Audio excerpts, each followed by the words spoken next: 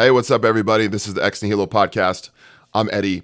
Hey, today we're talking about 13 steps to eating healthy the Ex Nihilo way. Now, that might sound a little complicated or whatever, but essentially, the bell I've been ringing over the last several years is that we should be trying to eat food as close to the way God made it as possible. That's our goal. We want you to be eating food as close to the way God originally created it, not in all areas, but in a lot of areas. And the reason why this has been challenging is this idea that big pharma, big food, big agriculture has trickled in and has made it incredibly difficult for us to do that. Their number one priority, by the way, just to give biggest spoiler alert for you, is not to make you as healthy as possible, to not help you perform as good as possible, to not help you live the longest, to not even make you feel good. Its goal is to make food taste good so that you'll buy it more, because that lines their pockets.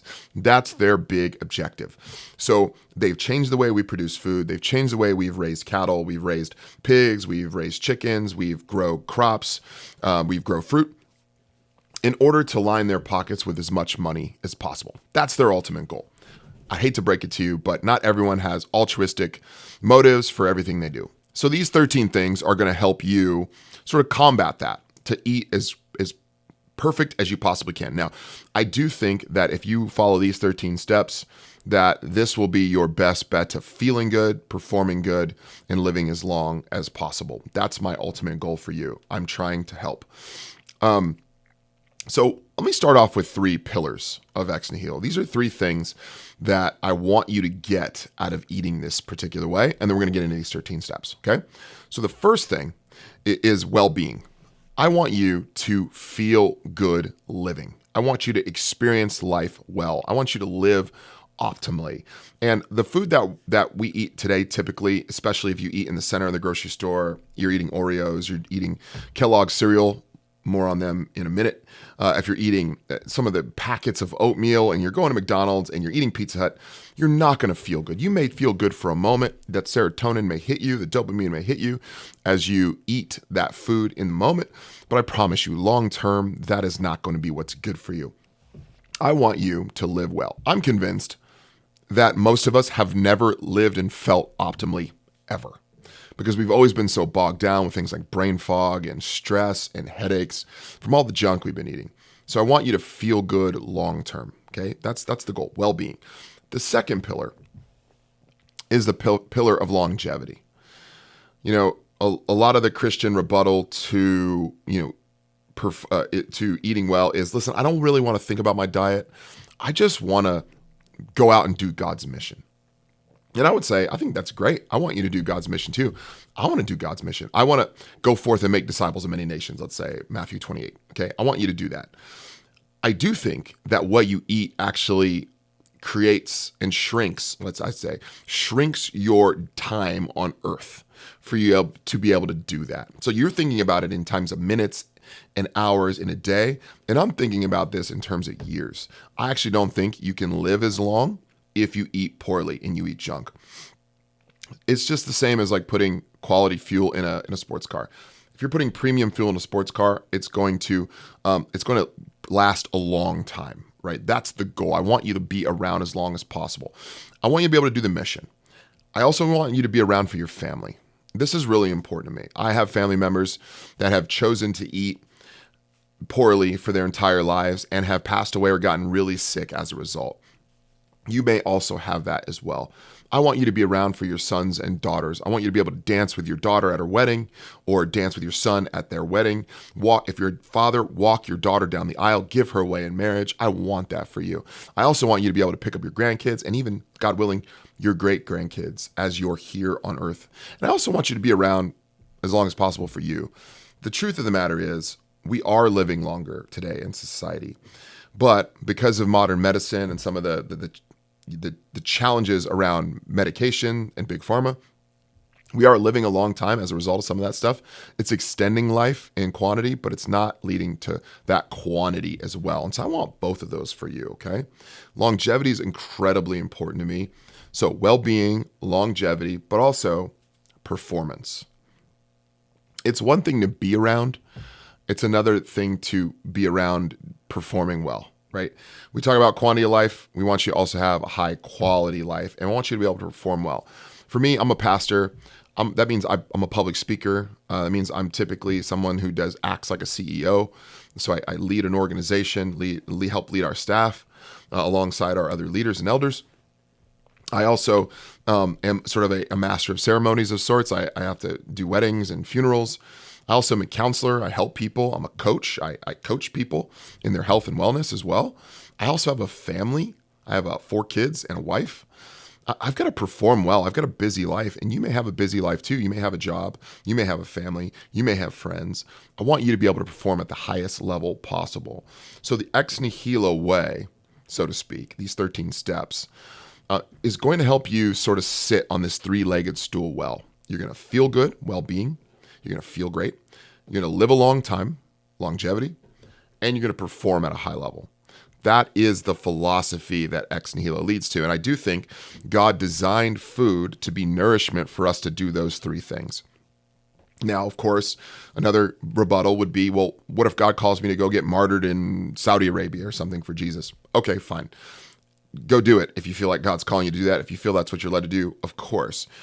The sort of living a long time by eating healthy does not trump God's call on your life by any stretch. But for the vast majority of us, he's called us into our places of work, into our families, into our neighborhoods, to be good disciples, to make friends, to be good citizens of our community, to help bring the kingdom on earth as it is in heaven. That may be for our whole lives. That may be a long time. And so I don't want you to go out at 58 of massive coronary heart attack. I don't want you to die of cancer at 38. And I don't want you to go out when you're 28 from diabetes, which someone recently has that I know. I don't want any of those things for you. I want you to live as long as possible. Now, some of this stuff you're not going to be able to prevent. That obviously that's true. But why not give yourself the best chance at life by following and holding fast to the Ex Nihilo way and holding fast to these 3 pillars of well-being, longevity, and performance, okay? So I'm going to give you these 13 things. And just a word to the wise as we get started here. When you're starting this process, just get started somewhere. You can take these 13 things and you can implement all of them, and that honestly is going to be great. This is how I live. This is how I want my family to live. But you could also just implement the ones that you feel good doing now. And that may be good for you for now. The point is, start. Don't look at these 13 things and just take out and just look at them and go, oh, that'd be great one day. Maybe there's 1 or 2 or 7 or, God willing, 12 or 13 of these things that you can do now that will help you work towards a better well-being, more longevity, and a higher performance. That's my hope for you, okay? The more you do on this list, the better you're going to feel. The more you do on this list, the better you're going to feel, the longer you're going to live, the better you're going to perform. They have essentially a cumulative effect, which by that I mean they stack on top of one another. So if you just do 1, you'll feel a little bit better. If you do 2, 3, or 4, or 5, you're gonna feel better and better and better. And you might see that if you're not feeling well and performing well, or you're starting to feel unwell, you may want to implement the ones you haven't implemented yet, because this may be the key to you feeling better long term. Okay. So get started somewhere. Implement all of them. The ones you feel like you're good doing now. Slowly add to the list as you can. The more you do, the better you feel. The more you do, the longer you live. The more you do, the better you're going to perform. They're cumulative. But don't be surprised if you're not feeling unwell, if you're not feeling well, not feeling optimal, you're feeling like you can hit that next level, that you shouldn't add 1 or 2 or 3 or all of these back in if you aren't doing them. Okay? All right. Let's start with number 1. First thing, eliminate gluten. Eliminate gluten. This is my number 1 thing for everybody. Now you might say, I thought the gluten-free movement sort of peaked in 2011 or something. And you might be right, and that's probably true. But I don't know about you, but I don't like to make decisions based on what's popular or like in trend for the moment. Like, what is The View talking about? Or what is the latest podcast host talking about? Sometimes those things align, but it's better to take this philosophy, find the truth in it, and implement what you can. And don't be moved by like the trends and cultural moment things that are happening. Gluten is not good for you. It's highly inflammatory. It leads to things like food cravings, brain fog, fatigue, poor performance, and you likely have never felt optimal if you've been consuming it, especially modern gluten. I've talked about this extensively a few podcasts ago where we broke down some of how grain is different from the grain that Jesus ate. You should probably go listen to that if you're concerned with that. But the food that Jesus ate, the bread that Jesus ate, was hearty. It was filled with minerals. It was filled with vitamins. It could be a meal unto it of itself. And today, our gluten is nutritionally void, and it is essentially an agent to get you nutrients, to make you hungrier, to make you more addictive, so you'll buy more of it. And it's designed that way. It's not the same. Gluten is not the same as it was. The key here, though, is inflammation. Inflammation, as I've talked about, is the number one precursor to every modern, major, and Western disease. Chronic inflammation. Not acute inflammation like you fall, you hit your elbow, and your elbow hurts. That's different. I'm talking about chronic inflammation in your joints, in your organs, in your headaches, things like that. Chronic inflammation, things that cause arthritis and gout. This is largely diet related. And again, things like cancer, heart attack, stroke, diabetes, all have their roots in something like inflammation. So I would say if you're looking to scavenge inflammation from your life, the first place you can start is modern gluten, okay?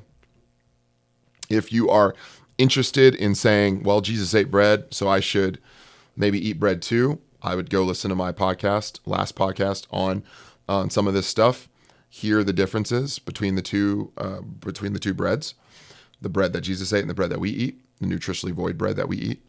And then if you still do want to eat bread, you're going to go search out ancient grain to make your bread with. So things like emmer and einkorn bread are great options. You can even find yourself fermenting bread, things like sourdough, not just commercial sourdough, but actual ancient sourdough bread can have better effects.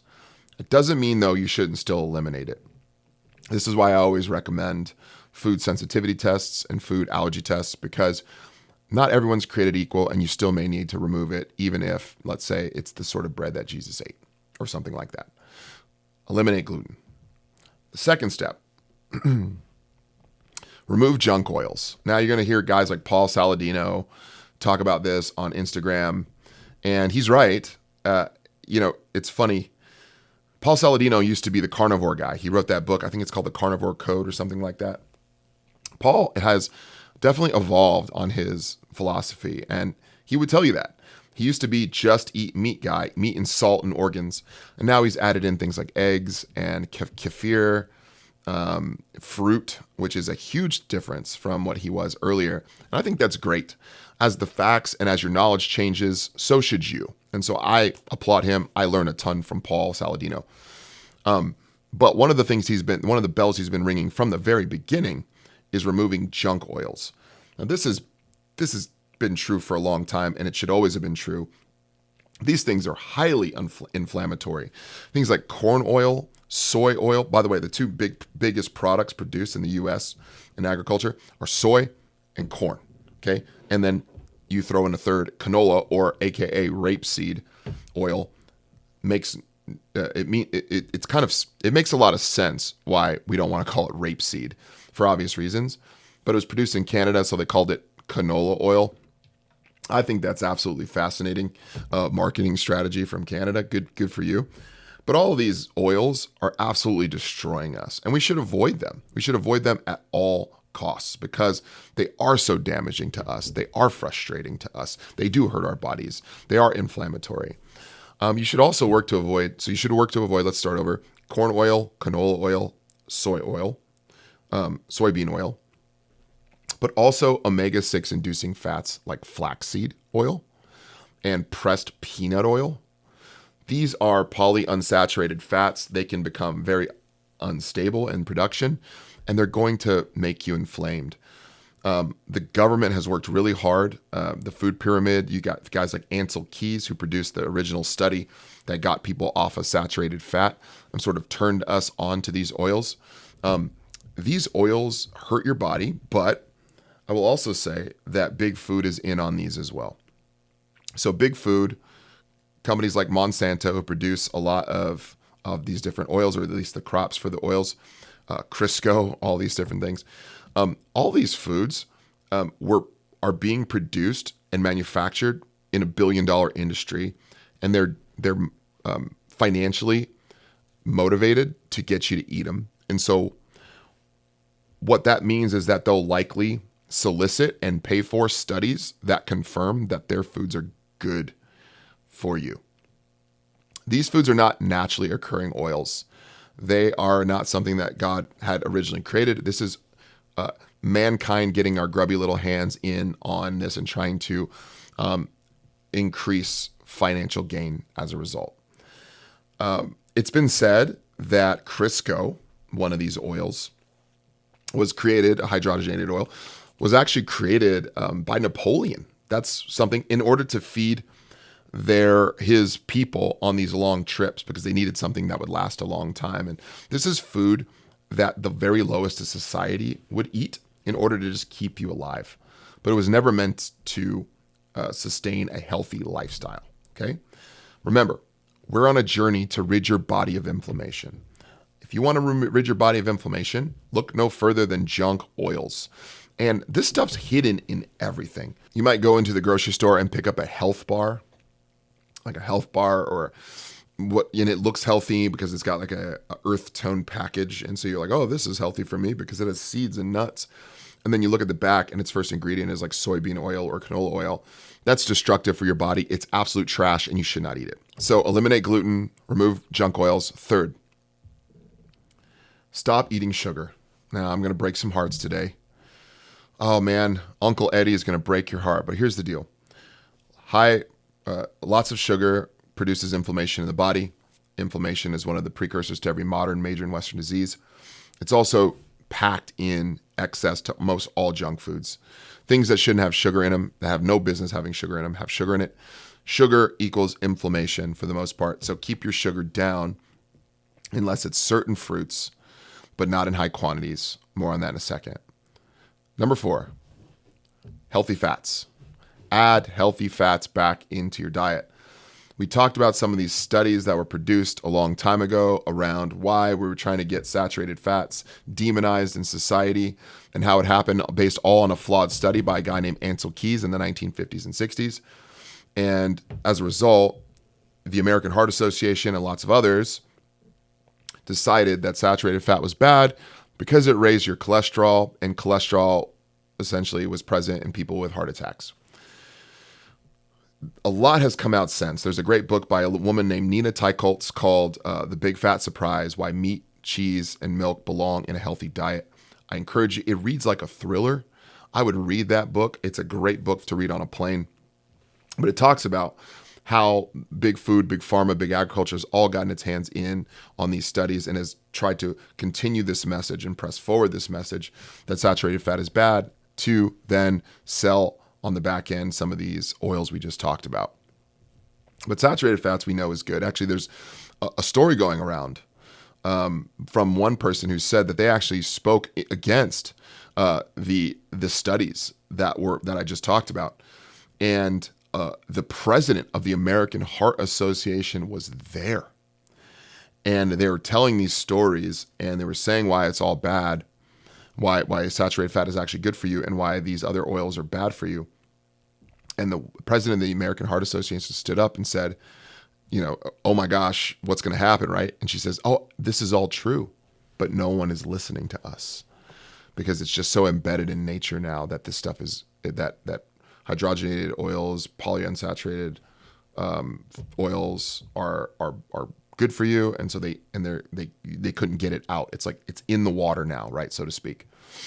All that to say, saturated fats we now know are good for you and are healthy for you, depending on which kind, right? So grass-fed butter, ghee, 2 great oils. Grass-fed butter, grass-fed ghee. Grass-fed is very important because animals that are raised industrially have toxins stored in their fat from what they consume. And so eating grass-fed animals the way God intended them to be, by the way, as important, is a way forward. And actually, there's a lot higher omega-3 content in their fat, so they actually are good for you.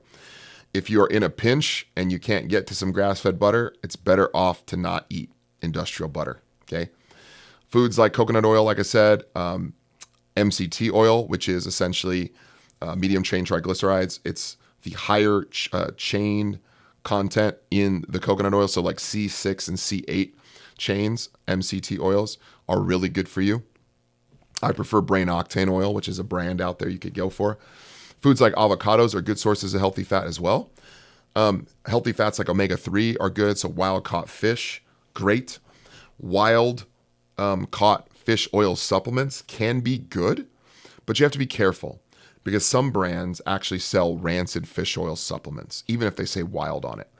Heat gets in or mold gets in or something like that, and the fish oil has gone bad. And so then they bleach the smell out so it's not so bad.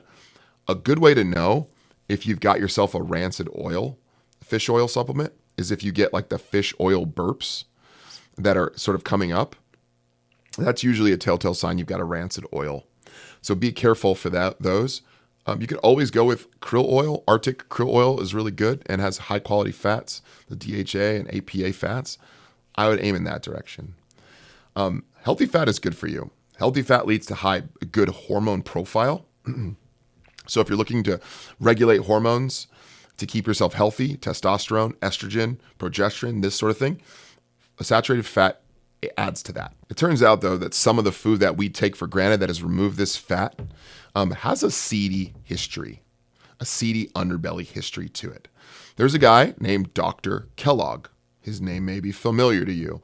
Now, Dr. Kellogg is a fascinating character in history because, and even for this podcast, he was a Seventh-day Adventist. And he looked at communities and societies and saw that sexual sin was not good for society. And I don't necessarily disagree. But one way he could combat that was what he found out was that meats and cheeses and eggs led to higher or healthier levels of testosterone. And so one of the ways we could sort of circumvent quote unquote sexual sin was to remove those from our diet. And so then he produced a cereal that did not have those elements and in fact would lower and wreck hormone profiles and cause people to be less sexually active. It's called cornflakes. And now, widely today in society, you and I, we eat cornflakes, Frosted Flakes, we eat cereals like Cheerios, that all of them have decidedly and definitively ruined our hormone profiles. And as a result, his desire was to get people's sexual profiles to go down, testosterone, estrogen, and the like, and he succeeded. But the sad part is most of us all still eat those cereals. And so if we're wondering why our hormones may be out of whack, sexual desire or sexual drive is down, testosterone levels dip, etc., it's because we're eating this junk food that's been promulgated for a weird religious Seventh-day Adventist person whose desire was to curb sexual sin and help people, so to speak, or help at least the idea of his religion. But what he's done is done the opposite. He's actually harmed people. You may have read Genesis, the book of Genesis, be fruitful and multiply. It's quite hard to be fruitful and multiply when your sex drive is down and when you're infertile, which is what some of this cereal does to us. Okay, so you want to add in healthy fats. Number 5, remove all grains except white rice. Now, this is more of one of your bigger ones. It's probably one of the last ones you may choose to do. But the way most grains are produced will cause inflammation in you. They are often used as substitutes for gluten, so you get all these different things like rice flour or whatever it is, almond flour. And what they're trying to do, or coconut flour, and what they're trying to do is give you healthy substitutes for gluten. And some of those are okay, but most of them still have the same issues: inflammation, brain fog, low performance, low longevity, causing issues. One of the worst things that's been invented is these like gluten-free foods. So it's basically like crackers or cookies. We're like, oh, gluten's bad. So here's a cookie with 40 grams of sugar, but it has rice flour instead. It's still causing the similar problems. So it's not actually solving the problem. We want you to eat real food, not junk food. Again, if you do decide to opt for some kind of bread, emmer grain, ancient grain, einkorn Einkorn grain is what you should aim for. But the point there is get a food allergy test done. Okay. You may still not be able to eat some of those foods. You may have a nut intolerance, a nut issue that's causing inflammation when you're eating some of these like almond flour things or bran rice flour or whatever for grains, whatever it is. You may have an issue that you're reacting to and it's causing issues. Human beings are not all robots. I hate to break it to you, we're not all robots. There's a principle called N=1 principle. And the N=1 principle essentially is that you and I are all individuals. All of our bodies are different. Some of us tolerate stuff and some don't. Just because you don't have an anaphylactic reaction to something doesn't mean you should be eating it. Okay? People react differently. Getting rid of all grains is a helpful way for you to avoid some of the challenges that come with inflammation as it relates to eating some of this stuff. N=1 principle. Number 6, remove all frankenfood chemicals like artificial sweeteners and artificial colors. This is a big challenge for a lot of people, if we're honest. I know this is hard. Things like aspartame or Sweet and Low or Splenda, sucralose. This stuff is buried deep in so much of what we eat. All those energy drinks and stuff, by the way, oh my gosh, those are abominations unto the Lord. Avoid these things. We now have plenty of studies that show you that a lot of these artificial sweeteners cause cancer. I mean, I talked about on a previous podcast how American Beverage Company went through a social media campaign and found influencers that would tell you to eat and drink aspartame and that it was totally fine for you. Funny enough, American Beverage Co. is coupled with PepsiCo and Coca-Cola and sell those products. So you can't just trust any old study because people are incentivized to lie or to at least find confirmation bias in their studies. And at the very least, if you still eat these things, some of them still do act as sugar in the body. So they'll spike your blood sugar. They'll make you hungry. They'll give you headaches. I remember the last time I drank a Coca-Cola product. I was 18 years old. I hadn't drank it all throughout high school, but I got offered a Coke Zero or something when it came out. So I was like, oh, this is probably fine. You know, it's got no sugar. So I drank it after 4 years of not having one and got a splitting headache because my body just was not used to that level of inflammation, the vasoconstriction that's happening in your veins and stuff by eating some of this stuff. It was horrible. So avoid those. And artificial colors. California now is banning some of this stuff. And I know I'm from California, but California is not always the best place to follow its advice from. I get that. But one of the things they're smart on is some of these red dyes are destroying society. Yellow dyes, yellow 5, red dye 40, red dye, whatever it is, blue this and blue that. These are all color, what are they called? Science experiments that have been thrown in food to make them look a certain way. So you might say, I want some flaming hot Cheetos.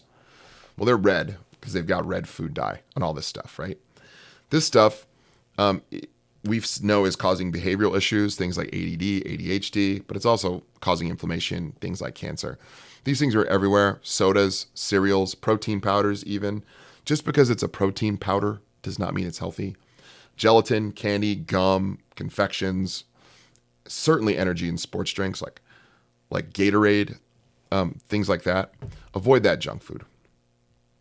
Number 7, move all meat consumption to grass-fed meat. I've talked about it before. Industrial raised animals are bad for you. Those animals eat trash. They eat corn, genetically modified grain, and they eat this stuff, and it causes inflammation in their bodies. What they typically do is add additional enzymes to the cows so they're able to digest some of this stuff. And then they inject them with antibiotics so they don't die or get sick from eating this trash. And then what happens is they store those toxins in their fat. And so when you eat a grain-fed animal, you eat the fat off that animal, you're consuming those toxins, which makes you sick, right? You're not what you eat, you are what your food eats. And that's really important for animals. If you are in a situation where you're at a restaurant and they don't have grass-fed meat, grass-fed beef or lamb or bison or something like that, opt for the leanest cut of the meat, like the London broil or the eye of the rib or like a filet mignon if you can afford it. And because at least you're avoiding the fat as best you can. Okay, I would aim for that. When you eat eggs, find pasture-raised eggs. Vital Farms is a great brand. They're more mainstream and a little expensive, but honestly, going to farmers markets, asking them how they raise their animals and how they feed their chickens, and finding animals that are eggs rather that are from chickens that are pasture raised, so they're free to roam and eat their grass, to eat the wheat, or eat the wheat germ, the grass that they eat, but also the grubs they find in the yard, like the worms and stuff. You don't want chickens that are fed grain and corn. If you find someone offering you a vegetarian fed egg, it's likely they can call it that. One, because it sounds nice and you think you'll buy it. Oh, they're vegetarians. Chickens aren't vegetarians, okay? They're not vegetarians. So that's just a marketing ploy to get you to eat a fat chicken that's been eating grain and corn. And they fatten them up because they produce more eggs and they get really big so they can sell them by the pound when they kill them. Again, when you eat the fat of the animal and the meat of the animal, you're getting all the toxins that come along with it. So don't forget that, okay? So yeah, pastured eggs. And if you are eating pig, low amounts of pastured pig, that's important. Pigs can't quite as be controlled because they eat slop. They eat pretty much anything they can find. And so you can't quite control what they're eating. Some people really try, some farmers really try to do that. And if you eat that meat, you can eat that, like bacon, things like that. But if you're just going and getting an industrial raised pig and eating a bacon from it, you're eating probably one of the worst things you could eat on earth. So some of these what are they called? Like documentaries that come out that are vegan or vegetarian documentaries, they're quite honestly very terrible in so many ways, but they do have a point on some of the way that animals are raised, the industrial pumped RBST or whatever, injected animals, antibiotics, the food they eat, the way they're treated is all really bad. And so if you're eating an industrial animal, especially a pig, because of its high fat content, you're eating just about one of the worst things you could ever eat. And so we agree there. Grass-fed beef, grass-fed lamb, grass-fed bison, pasture-raised eggs. Number 8, eliminate legumes. Things like peanuts, lentils, and beans. These things cause so much inflammation. They cause a lot of gut distress. Most people don't digest them well. If you do eat these, eat them as close to the way they should have been eaten, which is to soak them, to sprout them, to ferment them, and cook them. If you don't do those things, which a lot of these companies don't, you're probably not going to do well. And by the way, it's a lot of carbohydrate. And a lot of people don't do well with that many carbohydrates, rather. And it's going to lead to some gut distress. But again, food sensitivity tests are really helpful. Some people can get away with eating these. But if you're looking for the lowest amount of inflammation and to improve well-being, to live a long time, right, then I would recommend eliminating legumes altogether. By the way, green beans are not a vegetable. Just because they're green, and if you go to the restaurant and you ask for a side of veggies, they give you green beans, that does not mean that you're eating a vegetable. You're not eating a vegetable. You're eating a legume. It's funny how gullible and how naive most people are.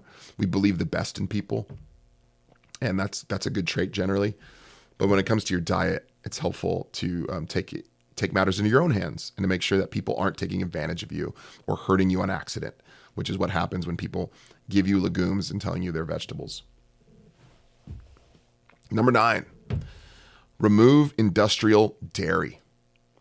Industrial animals have industrial diets. Okay, corn and grain, we talked about that. Now, just the same way, if you eat the fat of one of these animals, you get all of the toxins that are in it. The dairy is essentially the fat, a lot of it, the milk and butter. And so those are higher concentrations of a lot of the bad stuff in those animals, okay? So avoid industrial dairy. It's bad for you. The homogenization process, the processing, damages the proteins in the milk, especially with heat. And so you're not able to even process a lot of that meat, and it causes inflammation and causes issues and like gut distress. A lot of some of the lactose intolerance has to do with the processing actually of the milk or of the butter, and not so much the milk and butter itself. If you are going to eat dairy, eat raw dairy from grass-fed cows, and it's okay. Things like raw milk, grass-fed butter, like we talked about. Kerrygold's a good brand, mostly. those are better things for you to eat if you are going to do it. Now, it can be expensive. Some states, it's illegal to sell some of this stuff, which is a whole nother problem. The whole system's against you. Drinking milk the way that God intended milk to come out is illegal in some places, or it's illegal to sell it, I should say. So you're going to have to work harder in some places to find raw milk from grass-fed cows. But if you do want to drink it, that's your best bet. Okay. Grass-fed butter is typically okay, even for people with some lactose issues, because there is very little protein in the butter. And so the protein can't get damaged. And so it doesn't cause a lot of issues. If you still are having trouble with grass-fed butter, aim for something like ghee. Clarified butter is actually some people find that they can actually tolerate ghee from grass-fed animals, even if they can't eat butter. Okay, pretty cool. Number 10, wild-caught seafood over farmed seafood. I talked about industrial animals being one of the worst things you can eat. It turns out that one of the worst things you could eat is actually farmed fish. Farmed fishing practices are actually pretty disgusting when you know about it. And companies that produce this food, farm this food, have even figured out ways to feed fish corn and grain to get them bigger. Can you believe it? Can you believe it? They're fattening up your fish. They're fattening up your fish so that way you buy it by the pound. Now, a good way to know the difference between wild-caught salmon, let's say, and farmed salmon is that wild-caught salmon has lean lines. You may notice salmon has like these little white lines with it in between its flesh. That's fat. Wild-caught salmon is actually bright red in its color and has lighter lines in very thin lines. Farmed-raised salmon is like sort of fleshy pink. It's like it's faded a little bit. It's not bright red. And it's like looks a little bit more pink and more pale. And it has like these thick white lines in it. That animal's farmed. And it's been fed corn and grain. And it's been raised unhealthy. And it's been oftentimes raised in waters with high mercury. Most people probably, and this may be really picky, but a lot of people won't eat that are healthy, that talk about in these circles and know a lot about this, won't even eat fish that comes out of the Atlantic Ocean for this reason. The water is too toxic. And so finding that Alaskan salmon is a lot better because of where it is and because of the water quality. So that does matter too. You are what your fish swims in, so to speak. There's always that talk around, mercury is not good for pregnant women. Well, mercury, you shouldn't eat fish if you're pregnant, or sushi. A lot of this has to do with the mercury content in the fish. But if you're sticking with wild caught fish and eating sushi from high quality places, then you're actually probably okay in some ways. But that's something for you to discuss with your healthcare practitioner, not for me, for entertainment purposes over a podcast. Okay. Number 11. Switch to organic fruits and vegetables. Now, this is something that was popular in the late 90s and everyone sort of made fun of it. Oh, you only eat organic. I'll just tell you what. Non-organic food, the soil quality is destroyed. Things like glyphosate, which is the main ingredient in Roundup, which finally we're hearing publicly that it's causing cancer and it is damaging, is destroying the crops. And so eating organic is at least one small way to circumvent some of that. The problem with glyphosate is that it's in the water supply and it's hard to filter out, and it's in the soil and it's hard to filter out. And so even in some organic foods, it's in there.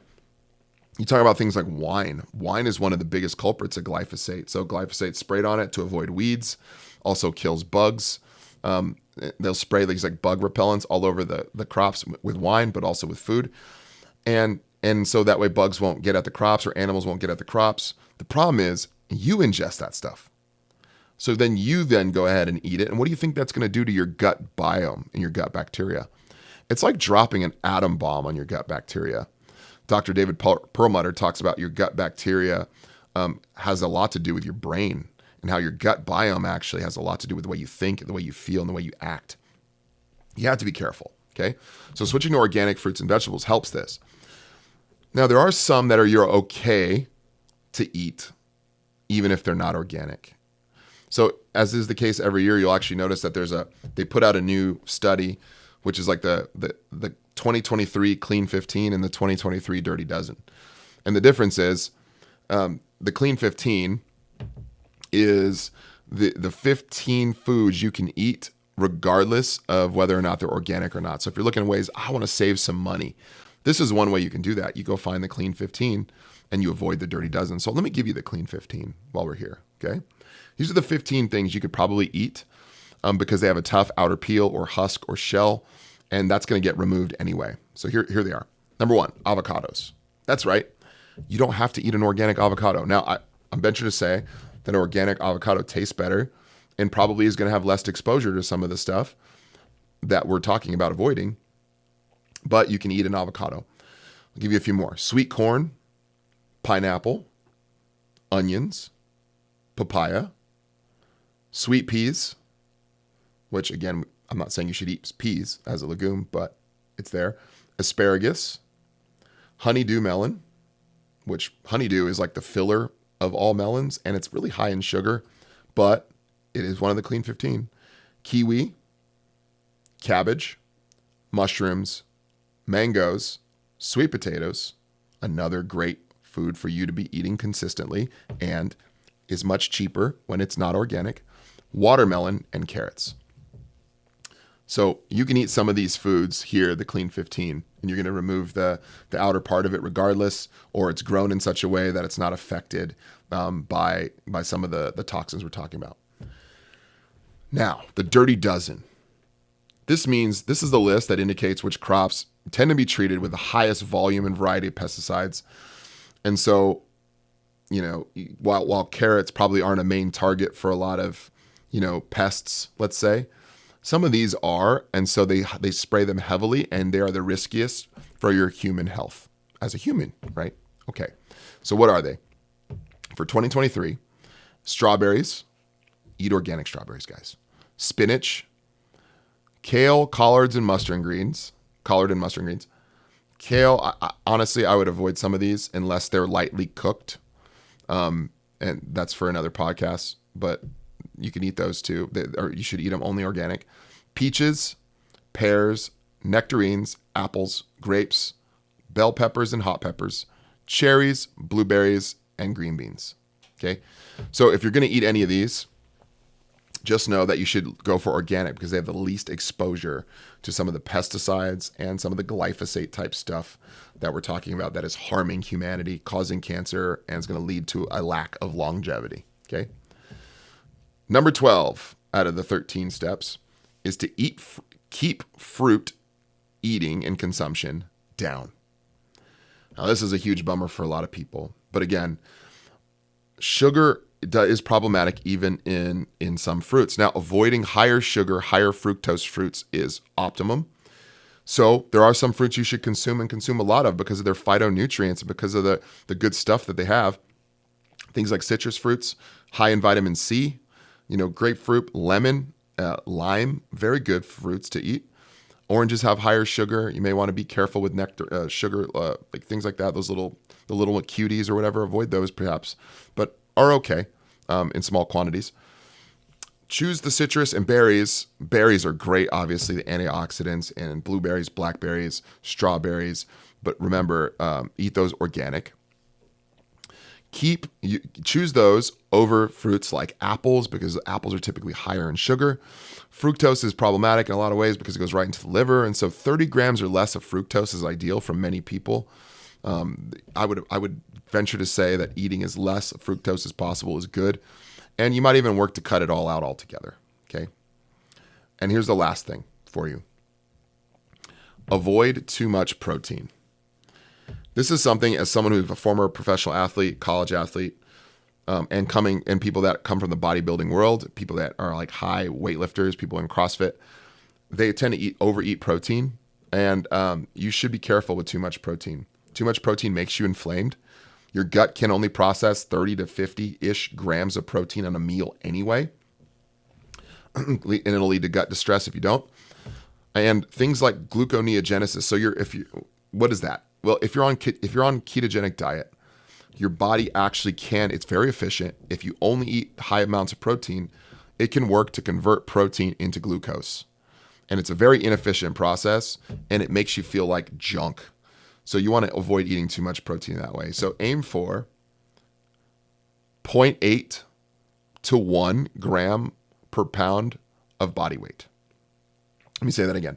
0.8 grams of protein per pound of body weight to 1 gram per pound of 1 gram of protein per pound of body weight. That's what I would aim for, 0.8 to 1. So if you weigh 160 pounds, have anywhere from 135-ish to 160 grams of protein. That's what I aim for. If you're 200 pounds, aim for 160 grams to 200 grams of protein per day. That's what you should be looking for. Too much protein makes you inflamed. So that's the 13 steps to eating healthy, the Ex Nihilo way. A few closing thoughts for you. If you want to start this journey, which I encourage you to do, you should do it. But the problem is, a lot of people, when they fail, they quit. If you fail, that's okay. If you start this diet and you're like, I want to eat perfectly, and you fail, don't let that one failure be you backsliding for months and months on end. Don't do that. If you fail once, you're not a failure. Clean it up at your next meal and get back on the horse. Just don't go into a spiral and say, you know what? I can't believe that I ate industrial butter and a roll or pasta at that one dinner. And so now I'm just going to go eat Pop-Tarts and ice cream and crunch berries because I failed. Don't do that. You don't have to do that. You don't have to spiral. Pay attention to how you feel. This is another thing. If you are not eating perfectly, and maybe you are going to say, I'm still going to do this, this, and this. I'm going to do number 6, number 7, and number 8, but I'm not going to do the rest. Pay attention to how you feel when you eat those things. Eat it. See how you feel. The odds are that if you're eating healthy enough and you introduce some junk back in, like let's say a muffin from Costco or a hot dog at a baseball game, you're going to realize that you're not feeling as good as you probably want to feel. And pay attention to that. I want you to feel optimal. I want your well-being up. You may realize that I need to back off some of those foods that I decided to eat that are actually causing me some issues. Another thing, get some accountability. Get a health coach. Get an accountability partner. Someone to do this along with. The Bible is about community, right? Genesis chapter 2, it's not good for man to be alone, right? That's why God gave Adam Eve. If you have a spouse, that's a great place to start. But a friend, a coach, maybe you want to pay a professional like a health coach or a counselor to walk alongside you in this journey. Don't worry about counting calories. That's another thought. When you start this journey, just go ahead and eat the right foods. Don't worry about how much of what you're eating. You're going to find that if you were to do all 13 of these, your body's much more apt to self-regulate what it eats. All of the food cravings that big pharma, big food, big agriculture has like bestowed upon you through their junk food, all of those are going to be gone. And your body's going to know its hunger hormone, ghrelin, your body's hunger hormone, is going to regulate itself a lot better. And so you're not going to find yourself being starving. Another thing, snacking. We don't want you snacking. Snacking was invented by the food industry to keep you hungry. Eating chips, bet you can't eat just one, right? Lay's. It's designed to get you to eat more and consume more. The problem is the foods are genetically modified to get you to be hungry to snack more. When you eat properly, you're going to find you're less hungry in the middle of the day to snack. Aim for 2 to 3 meals a day and eat big, solid, delicious meals with good quality food. Don't worry about counting calories initially. And then lastly, start somewhere. Start. Just start. Don't let today be the day you say, you know what? I think I'll start tomorrow. Tomorrow is always a day away. Begin now. Start somewhere. Choose 1 or 2 or 3 of these. Hey, you know what? I'm going to cut out gluten and dairy, and I'm going to go from there. Fine. Eat as much fruit as you want to start. But pay attention to your body, and you're going to realize that there are some things that you're going to want to cut out along the way. Are going to help you perform better. The pillars of what we're trying to do with Ex Nihilo is your well-being, your longevity, and your performance.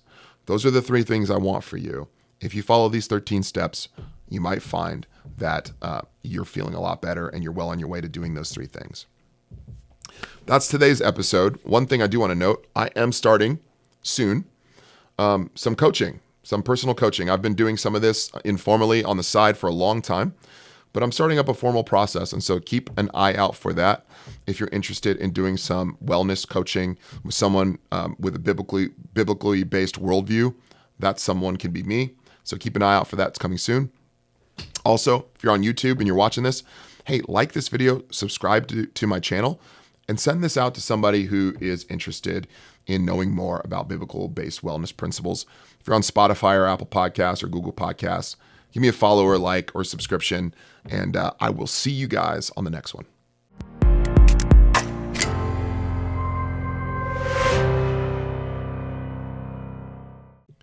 One more thing. The statements in this video or audio have not been evaluated by the FDA, the U.S. Food and Drug Administration. Information provided here is not intended to diagnose, treat, cure, or prevent any disease. The information provided by this website and or by this podcast is not a substitute for a physician visit and should not be taken as medical advice of any sort or kind. This is a list of resources for further self-research and work with your personal physician if needed. By using any of this information, by watching, listening, or reading it, you are accepting responsibility for your own health and health decisions and expressly release this podcast, its participants, and its websites from any and all liability whatsoever, including that which might come from negligence. Also, don't smoke cigarettes, don't do drugs, stay in school, don't touch hot surfaces, and please wear your safety glasses when cutting wood.